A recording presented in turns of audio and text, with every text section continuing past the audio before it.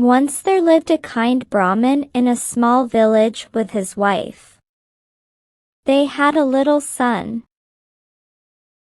One day, as he was returning home from a nearby village, he came across a baby mongoose crying next to its mother's dead body. "Oh, poor creature," thought the Brahmin. "If I leave it here it will surely die." He picked it up and took it home with him. "Gauri, I found this little creature on my way home. Let us take care of him," he said to his wife. "Very well, along with our son. I will take care of the mongoose also," replied his wife. The mongoose grew up with a lot of love and care in the Brahmin's house. He slept next to the Brahmin's son in the cradle, drank milk and played with the boy every day. The baby mongoose's days were full of joy in the Brahmin's house, as both the boy and the mongoose grew up. Their friendship changed to a relationship between two brothers. The mongoose grew up fast, and as days went by, the Brahmin's wife began to get doubts in her mind. "After all, this is a wild animal. Sooner or later it will show its true colors," she thought to herself.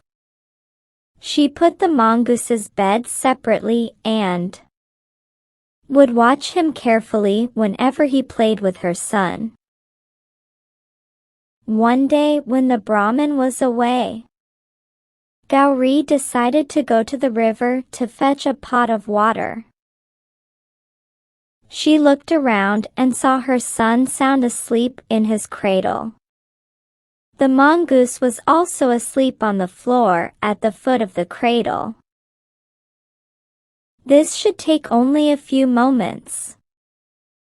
"I hope I can trust that mongoose not to harm my little son,"